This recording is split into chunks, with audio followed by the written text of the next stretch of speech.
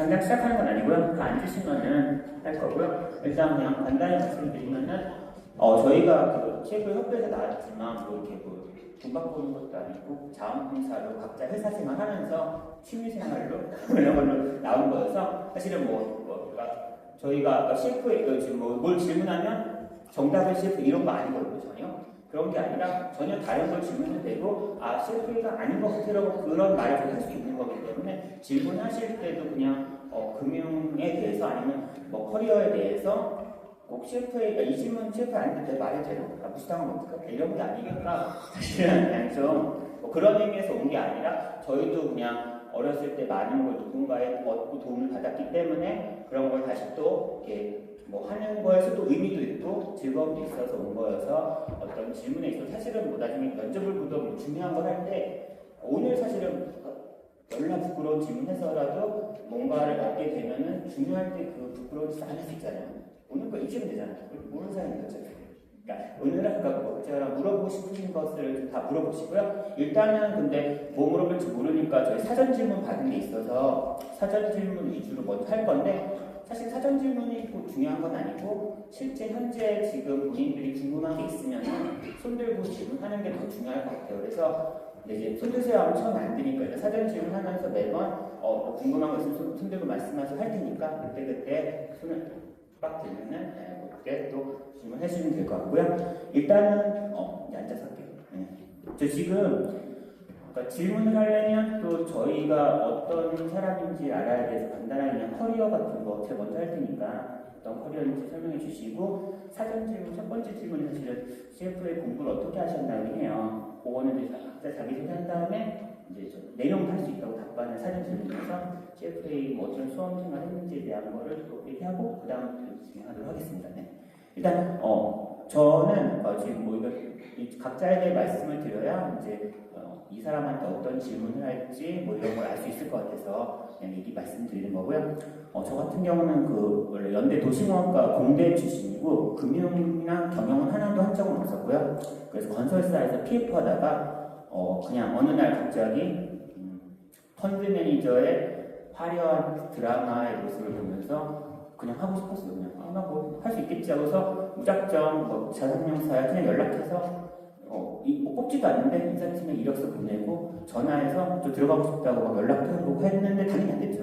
당연히 안 되고 근데 그분들이 너 금융에 대해 지식이 제로인데 지금 장난하냐 이런 얘기들이 있어서 그때 CFA를 한 건 아니고 그때는 좀 빨리 가고 싶었어가지고 부동산 신탁사라는 약간 그레이 에어리어 쪽에 한 2년 정도 있으면서 금융을 살짝 거치고서 자산운용사에 이제 펀드 매니저로 갔었고요. 그때 운용사 갈 때도 제가 계속 컨택했던 그분들이 신탁사 거쳐서 오면 좋을 것 같아라고 말씀해 주셔서 거쳐서 그때 다시 연락해서 2년 전에 그때 연락했던 그 친구고 신탁사 거쳐서 지금 다시 지원하는 거다. 실제 말하신 대로 했다라고 해서 했더니 조금은 더 쉽게 들어갈 수 있었던 것 같고요. 그래서 자산운용사에서는 부동산 펀드 매니저니까 실물 부동산 같은 거 관리하고 해외 부동산 PF 개발 사업 같은 거 하다가 그 다음에 이제 그때 금융은 사실 약간 좀 인맥 이런 게 있어요. 그러니까 어떻게 보면 뽑을 때 처음에는 신입일 때 정말 아무것도 모르기 때문에 자격증을 보든 학교를 보든 이력서를 보든 뭔가를 보지만 일정식 커리어 갔을 때는 사실 금융은 되게 소규모의 팀들로 운영을 해요. 그렇기 때문에 에이스를 뽑는 것도 중요하지만 또라이를 안 뽑는 게 매우 중요하거든요. 그래서 이제 또라이이 아니면 사실은 저도 한 2주일 정도는 저를 페이크로 보여줄 수 있거든요. 그래도 충분히 누구나 가능하기 때문에 결국 내가 꾸준히 6개월, 1년 이상 나를 모아온 사람이 쟤는 이상하지 않아. 사실은 좀 괜찮아라는 그런 평가를 해주는 순간 이제 커리어가 좀 잘 풀릴 수 있어서 저 같은 경우는 운용사에서 좀 다행히 열심히 하다 보니까 제가 운영했던 펀드 투자자가 메리츠 화재였었는데 그쪽에서 네가 혹시 이쪽 LP로 와서 투자하지 않을래? 그래서 저도 그쪽으로 가서 대체 투자 쪽 지금 메리츠 화재에서 계속 했었고요. 그때 이제 지식이 좀 부족했었던 것도 있고 저 같은 경우는 이제 CFA를 그때 시작했어요. 저는 직장 한 5년차, 6년차 대리 과정 때쯤에 이제 혼자서 아무도 안 시켜주지만 나중에 CIO랑 가려면 주식 채권을 알아야 될 것 같은데 나 대체밖에 몰라서 미리 좀 준비해야 되지 않나 해서 CFA 시작했다가 말씀드린 대로 저는 공대에 경영 모르니까 10년 걸렸어요. 10년 걸릴 줄 몰랐는데 30세 초반에 시작했는데 40세 초반에 CFA 붙은 지 얼마 안 됐습니다. 그래서 뭐 지금은 CFA를 가지고 이직하고 이러지 못했지만 뭐 저는 만족은 하고 있는데 일단은 그냥 그 허들을 말씀드리고 싶어요. 그러니까 저는 국내 부동산 베이스이기 때문에 외국 영어도 전혀 모르고 관심도 없었고 외국 니네들이 한국 와서 일해라 난 외국 안 갈 거야 이런 마인드여서 영어 제로인 상태에 경영학도 아예 안 했던 최악의 상태에 또 직장 5년 차에 첫째가 나오고 이직도 하고 3년 뒤인가 4년 뒤 둘째도 나오고 또 이직도 하고 되게 그런 과정을 거치면서 했었기 때문에 다른 분들은 저 같은 최악의 경우가 다 겹치지 않는다면 사실은 조금은 더 수월하게 갈 수 있지 않을까 뭐 그런 말씀을 일단 드리고 싶고요. 혹시 또 다른 질문 지금 하실 분 있으신가요? 네, 뒤에 나의 그 뒷분이 단팔. 네, 마이크가 이거죠.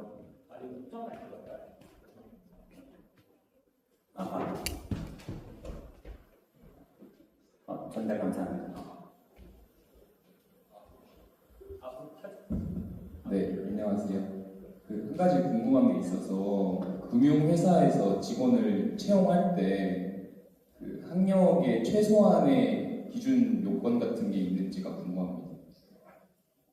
일단은 그러니까 학력을 몰컷하진 않는데 제 생각에 저는 사실은 최근에 제가 인턴 전형을 계속 많이 봤어요. 뭐 한 인턴 20명 정도 1차 서류 전형 한 20명 뽑는데 보통 저한테 한 80명, 100명 정도 서류를 주더라고요. 그래서 그걸 보면은 그러니까 결론적으로는 인턴이 되냐 마냐가 나중에 실질적인 취업에 큰 도움이 됐던 것 같긴 하고요. 근데 인턴 자체는 생각보다 이력서를 뭐 카피앤페이스트던가 정말 그냥 금융권 아무데나 다 똑같이 써도 다 통용할 만큼 제너럴한 내용을 쓴 사람들이 너무 많았어요. 그래서 그때 인사팀에서 저한테 한 4분의 1 정도만 골라달라고 했을 때 사실은 그때 어떤 학교 뭐 이런 그런 걸 볼 수도 있지만 애당초 그걸 보기 전에 너무 뎁스 없는 내용들, 그러니까 자기가 가고자 하는 부서를 썼으면 그 부서에 대해서 최소한의 좀 스터디를 하고서 그 부서가 어떤지 내가 그 부서에 가기 위해서 실제 뭘 했는지 근데 그 뭐 한 게 뭐 그냥 막연 이야기가 아니라 정말 뭐 작년에 어떤 CFA를 할 수도 있고 아니면 작년에 어떤 리서치 챌린지 대회를 하고 떨어졌더라도 어떤 팩트 기반으로 자기가 꾸준히 그러니까 휘발성이 아니라 한 1년, 2년 정도 꾸준히 자기가 이런 히스토리를 가져왔다는 거를 중간중간 팩트로 설명을 한 사람이 거의 드물었고요. 그런 식으로만 돼도 충분히 일단 아까 뭐 80명 중에 20명 그 안에는 그러니까 어느 정도 내가 이 분야에 관심이 있었고 실제 팩트가 뒷받침되고 그러고 이 가고자 하는 부서에 대해서 100%를 알 수는 없지만 어느 정도 찾고 연구하고 또 지금 저희 같은 이런 사람들이 만남에 있을 때 선배든 누구든 물어보면은 정답은 없지만 물어보지조차 않는 것보다는 훨씬 더 될 수가 있거든요. 이제 그 정도의 답변만 해도 1차적으로 4분의 1, 5분의 1 안에는 충분히 들어갈 수 있어서 사실 어떻게 보면은 다들 열나 잘 쓰면 난 더 잘 써야 돼서 빡시긴 한데 그거보다는 희망적인 게 대충 쓰는 사람들이 많구나. 약간 이번에 보면서 그래서 어떻게 보면은 좀 핀포인트로 진짜 부끄럽더라도 저희나 누구나 물어봐서라도 뭐 답변 안 할 수 있지 답변 받아서 한 칸이라도 낼 수 있게 쓰면은 그 자체가 비교 우위를 나타낼 수 있는 거기 때문에 좀 부끄러울 수도 있지만 이런 자리에 나오고 또 추가적으로 용기 있게 물어봐서라도 자기 인생을 위해서 좀 더 차별성을 둬서 뭐 인턴을 하고 나면 인턴이라는 것 자체가 또 그 다음 이제 메인 취업을 향해서의 되게 중요한 요소이기 때문에 뭐 그런 부분이 있을 것 같고요. 그래서 지금도 자기가 가고자 하는 뭐 예를 들어 지금 3학년이시면 지금 빨리 뭔가를 팩트를 박아두면 내년에 나 작년부터 이랬어라고 말할 수 있는 그런 팩트가 생기는 거잖아요. 뭐 그런 식으로 조금이라도 한 칸 더 미래를 향해 미리미리 뭔가 해놓으면은 그게 당장 그냥 하루하루를 사는 일반 애들보다는 훨씬 더 내가 그런 비교 우위를 보여줄 수 있는 그런 것이라고 생각을 합니다. 않았어요. 향후 3년에서 5년간 해당 분야에서는 어떤 변화가 있을지 그리고 CFA 취득 아니면 취득 후에 어떤 걸 준비하면 좋을지 뭐 인지상 이런 부분에 대해서 한번 말씀 부탁드리겠습니다. 네, 저도 뭐 간단히 듣지만 저도 이제 요즘 리서치 이런 거 하고 있다 보니까 AI를 아주 많이 쓰고 있는데요. 저희 밑에 직원들이랑 보면은 그러니까 결국 필요한 게 내가 일정 수준의 스페셜리스트가 돼서 AI를 도구로서 활용하면서 어떠한 내 업무 영역이나 뎁스나 효율성을 높이는 방식을 써야 되는데 이제 일부의 이제 어떤 친구들은 AI가 내 아래의 도구가 아니라 AI를 멘토로서 AI한테 일일이 질문을 하고 의사결정이나 모든 것에 대한 질문을 하고 그에 대한 결과값을 따라하는 친구들이 있긴 해요. 근데 그거는 제 생각에는 금융에 있어서는 그런 종속되는 모습은 진짜 아닌 것 같고요. 그러니까 AI는 내가 결국 활용할 내 능력을 업하기 위해 사용할 도구라는 생각을 하면서 AI를 사용할 때도 일일이 AI를 멘토처럼 대하지 말고 내가 1차적인 의사결정을 할 거고 AI는 그에 의하고 그냥 활용되는 도구로서 좀 판단하시면서 1년, 2년, 3년 계속 올라와야 어쨌거나 좀 AI에 중독되지 않고 또 의사결정을 할 수 있는 상위 개념의 좀 사람이 될 수 있지 않을까 이런 생각을 했습니다. 그리고 다시 이제 또 여기 현장 질문 하려는데 아까 두 번째로 손드시 아까 마이크 갖다 주시네 그분이 일단 네. 안녕하십니까. 우선 좋은 강연 마련해 주셔서 감사합니다. 저는 현재 증권사의 단기금융상품부서에서 인턴으로 근무하고 있습니다. 실무를 경험하면서 유동화증권, 그중에서 특히 PF 기반의 유동화 시장에 대한 관심이 생겨 질문드리게 되었습니다. 최근 현업에서는 부동산 PF 관련 유동화들이 크게 줄었다는 말씀을 자주 접하고 있습니다.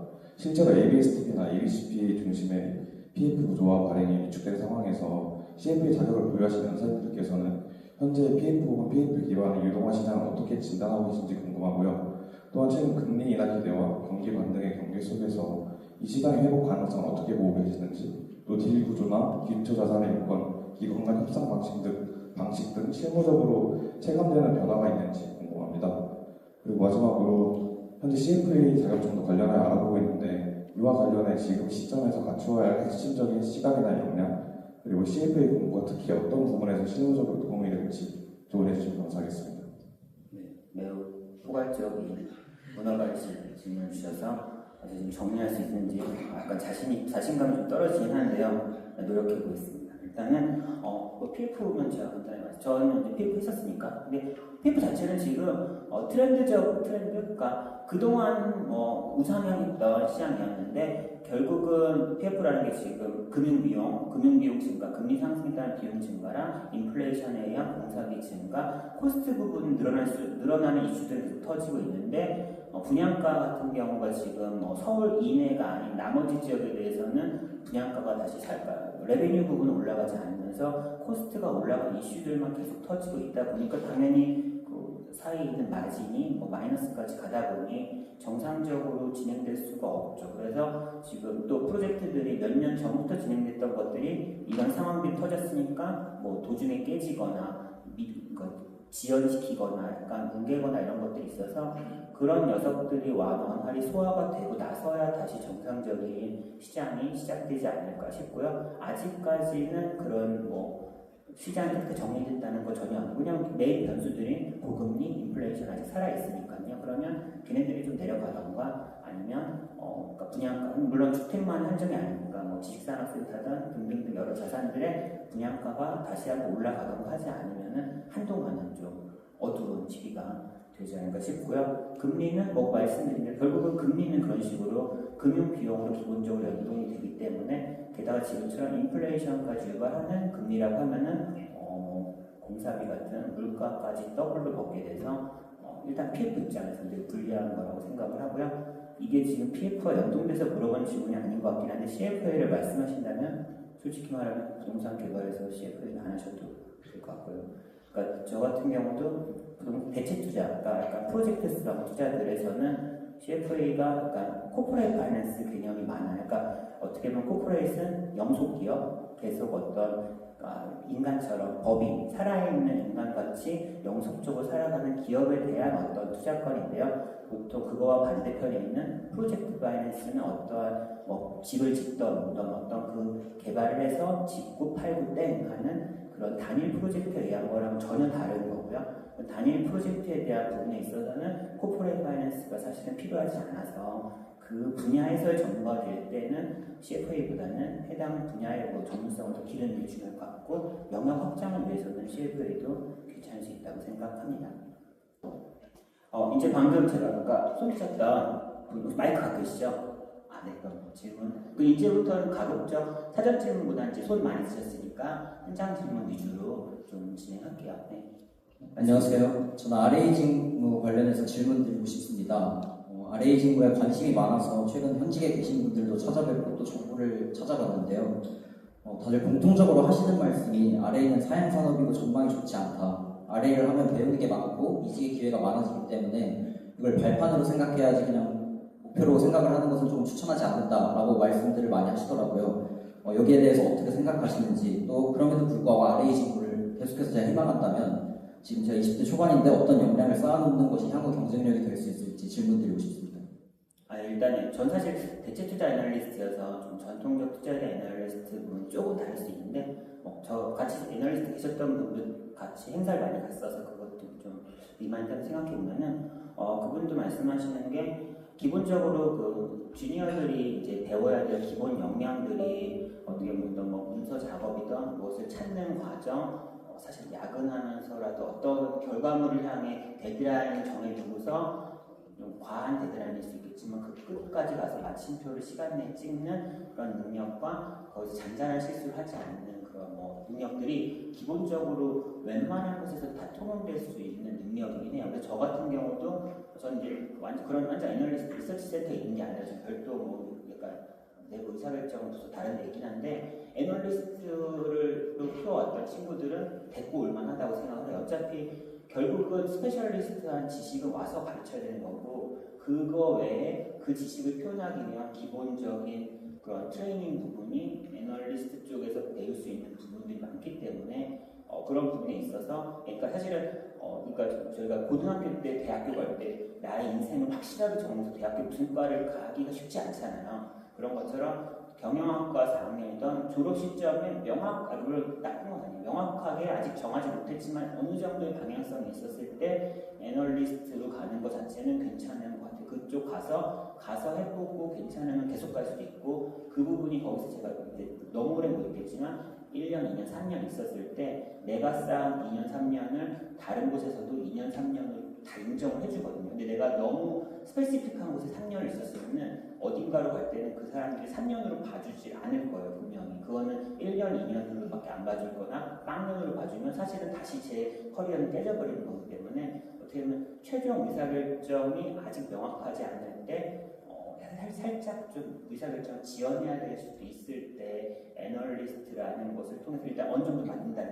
간다고 하면은 거기서 다시 한번 내가 디테일한 나의 인생 방향을 정하고 그 방향으로 한 번 더 옮길 수 있는 그런 관점에서는 애널리스트가 좋다라고 하고 또 가서 괜찮게 애널리스트 할 수 있는 거죠. 어차피 이런 관점으로 간 친구들이 많아서 많이들 그만두기 때문에 또 남아있는 친구들 자체가 또 부족해서 애널리스트 수요가 줄어들었다고 하지만 가는 분들이 너무 많기 때문에 남아있는 사람 자체는 또 그만의 또 엣지를 가질 수 있어서 기본적으로는 그 선택 자체가 뭔가 인생의 방향성을 정할 때 후퇴하는 방향성은 분명히 아니고 약간의 좀 확정성이 좀 부족할 때도 할 수 있는 좋은 선택 중에 하나라고 생각합니다.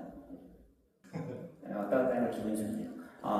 또 근데 지금 어쨌거나 이제 현장 질문은 듣자마자 저희가 곧장 답을 해야 되는 거기 때문에 사실 좀 난이도가 있고 3개, 4개 물어보면 4번째 듣다가 첫 번째 게 기억이 안 나기도 하고 그러니까 좀 이렇게 약간 너무 한 방에 많은 질문은 좀 피해주시면 저희 기억력을 위해서 피해주면 좋을 것 같고요. 일단 지금은 9시 반 전에 끝나는 거라 이제 계속 질문 위주로 하다가 끝나고 나서는 나중에 뭐 저희한테 내시는 뭐 명함이라도 받아가시고 해서 추후에 이제 이메일이나 뭐 카톡이나 이런 것도 계속 팔로우 해주시면 될 것 같으니까요. 어쨌거나 계속 일단 아직 시간 남았으니까 또 다음 Q&A로 가볼게요. 또 아까 질문하신 분 제 스트레이트로 하고 그 다음에 지금 할게요. 네. 우선 감사합니다. 전무님이랑 회장님을 비롯해서 패널 네 분들 말씀 전하면서 제가 영어의 필요성을 굉장히 크게 통감하고 있는데 현직에서 영어의 필요성이 어느 정도 되는지랑 필요하다면 그걸 어느 정도 중요성을 갖고 있는지 좀 궁금합니다. 제 개인적인 생각으로는 지금 만약에 뭐 3학년이나 이 정도고 영어 실력이 일정 수준 이상이 아니라고 하면은 여기서 엣지 있게 영어를 올리려면 너무나 많은 시간을 투자해야 돼서 그런 의미 다른 스페셜리티를 더 기르는 게 물론 본인의 현재 상태, 남은 시간 그거에 따라 다 타케바케겠지만 기본적으로 언어는 또 외국에 살다 오신 분들 되게 많기 때문에 엣지 있는 수준까지 갈지 않으면 또 사실은 크게 튀어나진 않는 플러스 몇 점도 잘 나오지 않는 그런 부분이기 때문에 그게 안 될 것 같으면 그냥 전문성을 기르는 것도 선택과 집중하는 것도 괜찮지 않을까 싶습니다. 네. 어쨌거나 지금 시간 관계상 지금 이제 9시 반이 돼가지고요. 일단 질문 이 정도에서 마칠 것 같고 끝나고 이렇게 찍은 다음 한번 인사하시면 저희 명함이라도 받아가시면은 또 추후에 뭐 이메일이나 뭐 카톡, 뭐 전화 갑자기 오시면 일하니까 못 받으니까 전화는 말고 다른 방식으로 좀 컨택해서 또 궁금한 거 있으시면은 계속 팔로우 해주시면 좋을 것 같습니다. 일단 오늘 오피셜한 행사는 여기까지로 마치도록 하겠습니다. 감사합니다.